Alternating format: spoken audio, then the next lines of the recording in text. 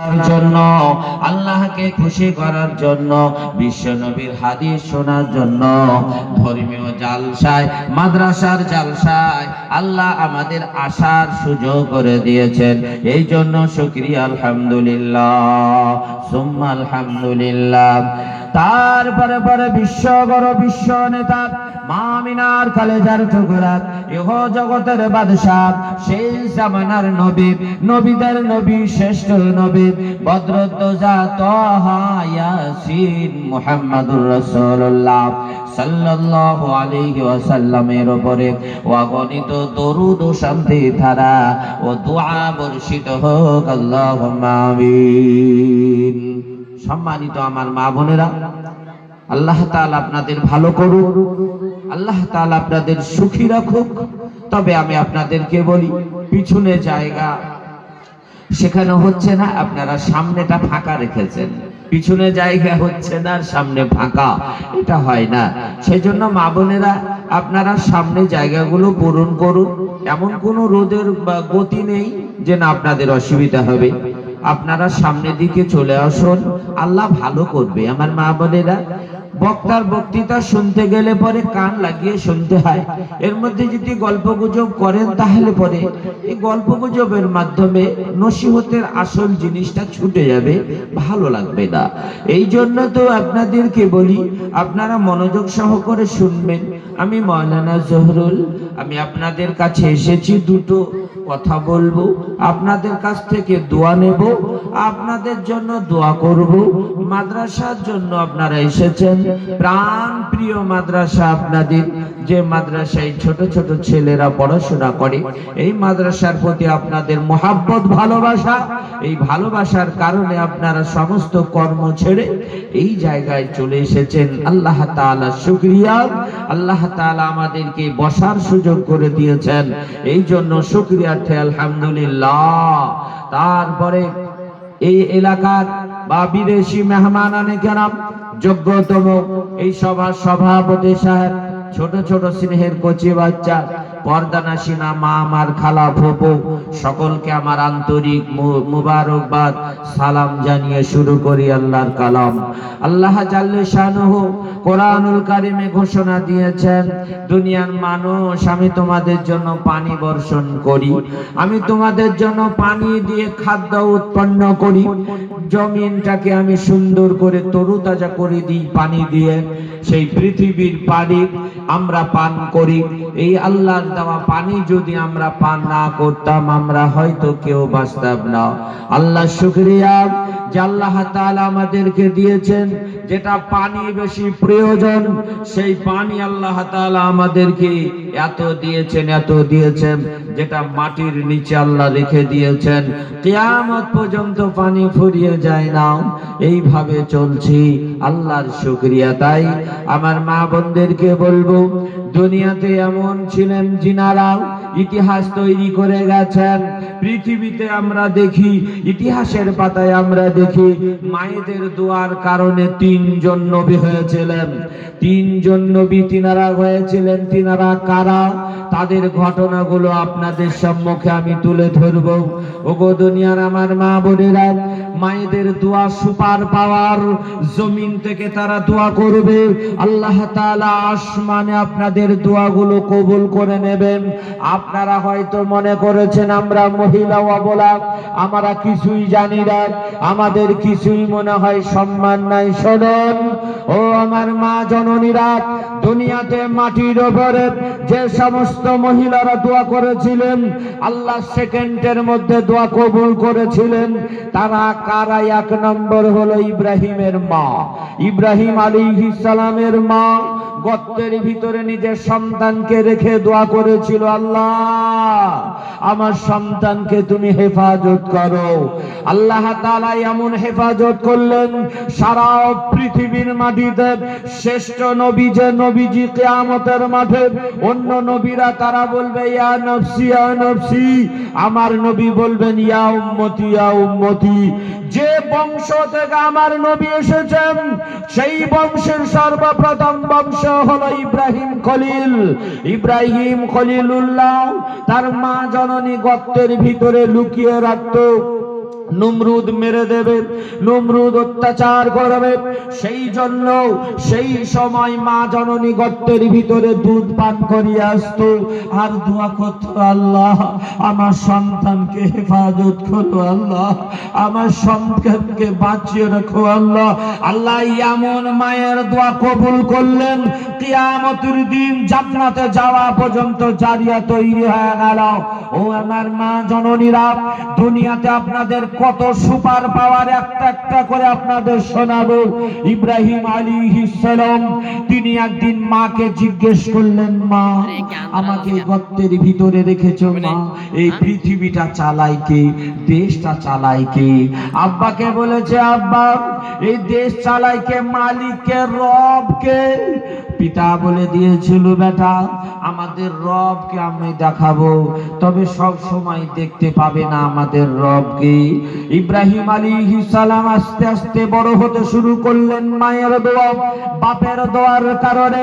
আস্তে আস্তে বড় হতে যখন শুরু করেছেন, এমন সময় তার পিতা বলেছে, বেটা আমাদের মালিককে দেখবা, আমাদের আকাকে দেখবা?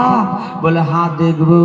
যখন নমরুদ রাস্তা দিয়ে বের হতো, বোরখা পরে বের হতো, গোটা শরীরটাকে ঢেকে বের হতো, যেটা ছিল মহিলাদের জন্য।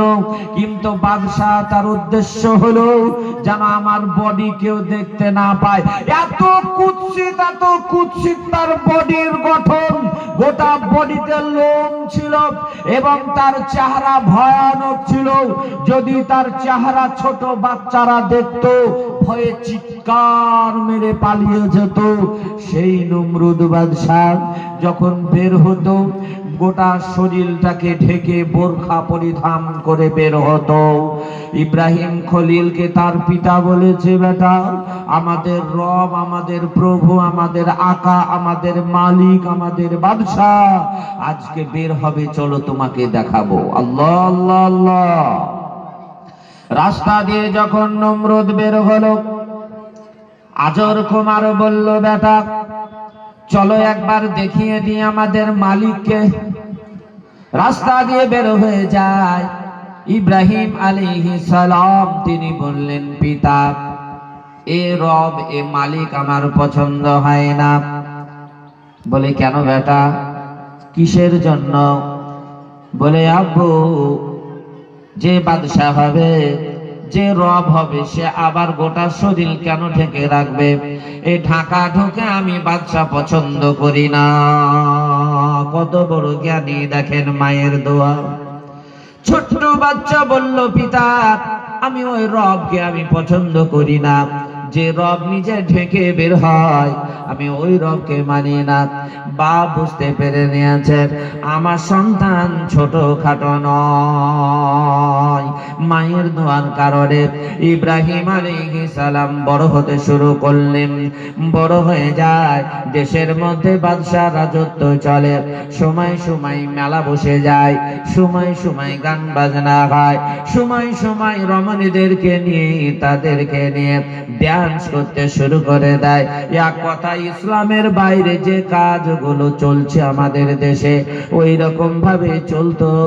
বাদশাহ যত সুন্দরী রমণীরা, এই সুন্দরী মহিলারা বাদশার কাছে নেচে নেচে যত খুশি করতে পারত, তত মানে উপটোপন পেত, পুরস্কার পেত।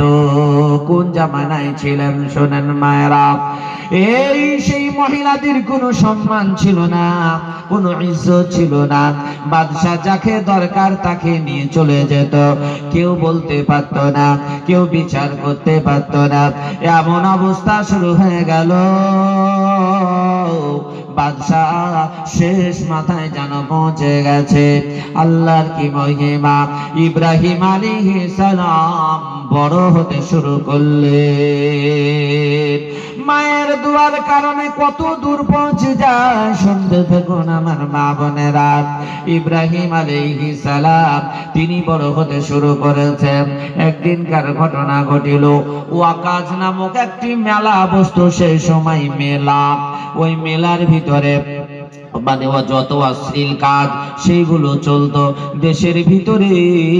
এমন অশ্লীল কাজ দেখে ইব্রাহিম আলাইহিস সালাম সহ্য করতে পারতেন না।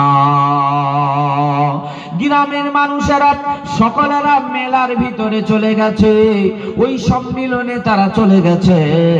ইব্রাহিম আলাইহিস সালাম সর্বপ্রথম তিনি কি করেছিলেন, মূর্তিগুলো ভেঙে দিয়েছিলেন।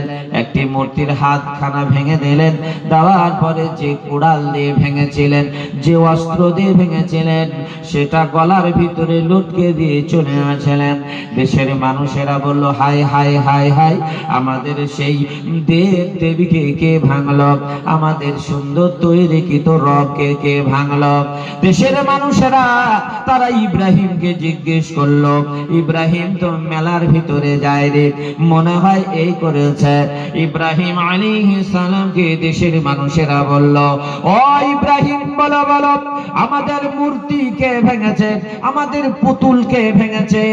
ইব্রাহিম আলাইহিস সালাম তিনি বললেন যে আমি কি করে বলবো, কেননা যার গলার ভিতরে কুড়ালখানা রয়েছে তাকে জিজ্ঞেস করলেই তো পাওয়া যাবে এই মূর্তিখানা পুতুলখানা কে ভেঙেছে। দেশের মানুষ বলল, এ তো কথা বলতে পারে না, এ তো চলতে পারে না। বলে, যে কথা বলতে পারে না, চলতে পারে না, নিজেকে নিজেই ঠেকাতে পারে না, অতএব আমরা কেমন করে তাকে মানব? দুশ্মনী হতে শুরু হয়ে গেল। লোকেরা জানতে পারল আমাদের দুশ্মন হলো ইব্রাহিম। এই ইব্রাহিমকে আর বাঁচিয়ে রাখা যাবে না, ইব্রাহিমকে ধ্বংস করে দিতে হবে, মেরে দিতে হবে। বহু চক্রান্ত শুরু হয়ে গেল। আল্লাহ তাআলা ইজ্জতের রাস্তা খুলে দিলেন। কেন দেখেন, মা বাপের প্রিয় হয়, ভাইয়ের প্রিয় হয়, চাচার প্রিয় হয়, এবং তার থেকে আরো প্রিয় নতুন করে হয়। এই নতুন করে হওয়ার জায়গা হলো শ্বশুর বাড়ি। এত সুন্দর জায়গা, নতুন জামাই, আহা, যখন নতুন বিবাহ করে, যত শ্বশুরের গোষ্ঠী যত আছে আত্মীয় স্বজন, তারাও যেন এবার নিকটের আত্মীয় হয়ে যায়।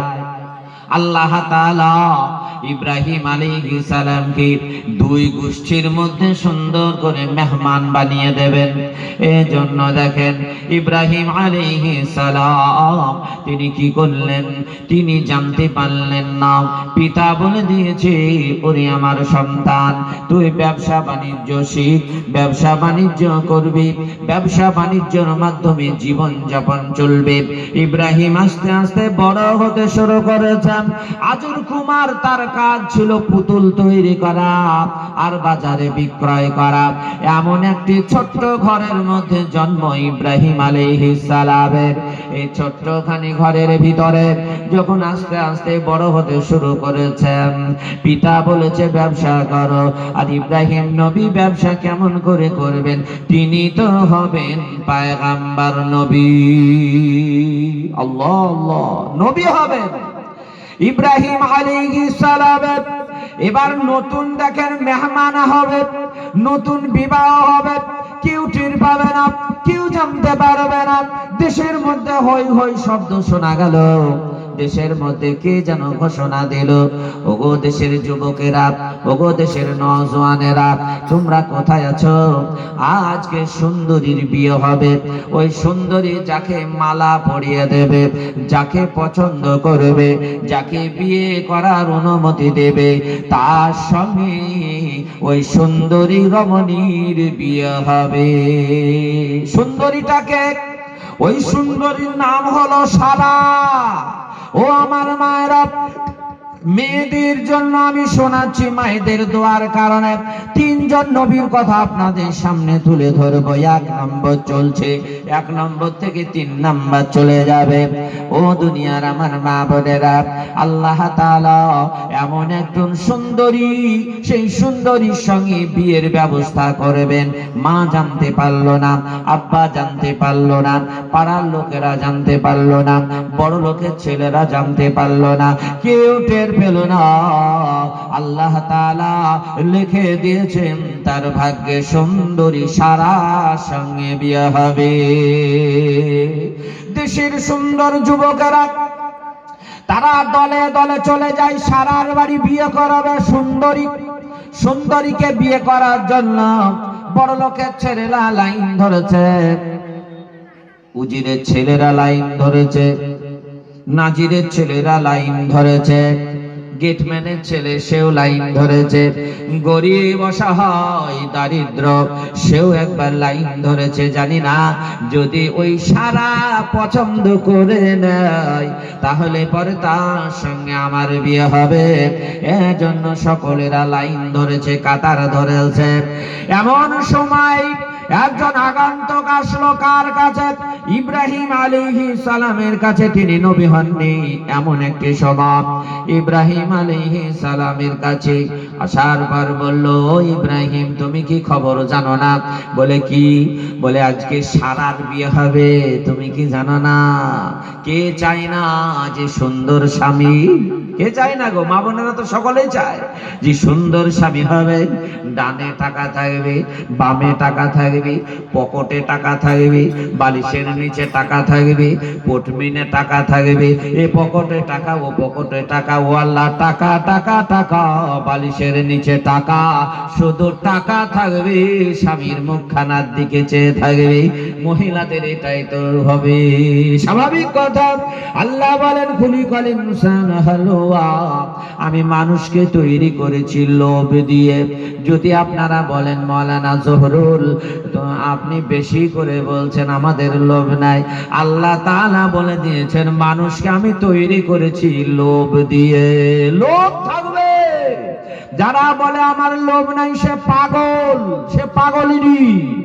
আল্লাহ তাআলার নবী বলে দিয়েছেন মানুষের ভিতরে লোভ থাকবে, মানুষের ভিতরে অস্থিরতা থাকবে, মানুষের ভিতরে জ্ঞান থাকবে, মানুষের ভিতরে হিংসা থাকবে, মানুষের ভিতরে ক্লেশ থাকবে, মানুষের ভিতরে বহু কিছু উন্মাদনা হবে।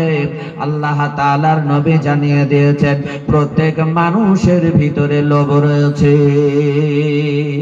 পুরুষ মানুষদের জন্য এরা চায় আল্লাহ একটা ধার্মিকা মহিলা দিও, আল্লাহ সব সময় যেন বাড়িতে থাকে, আর সকালে একবার ভালোবাসি, সন্ধ্যার সময় একবার বলবে ভালোবাসি, সুন্দর করে খাদ্য খাওয়াবে। কোন পুরুষ চায় না?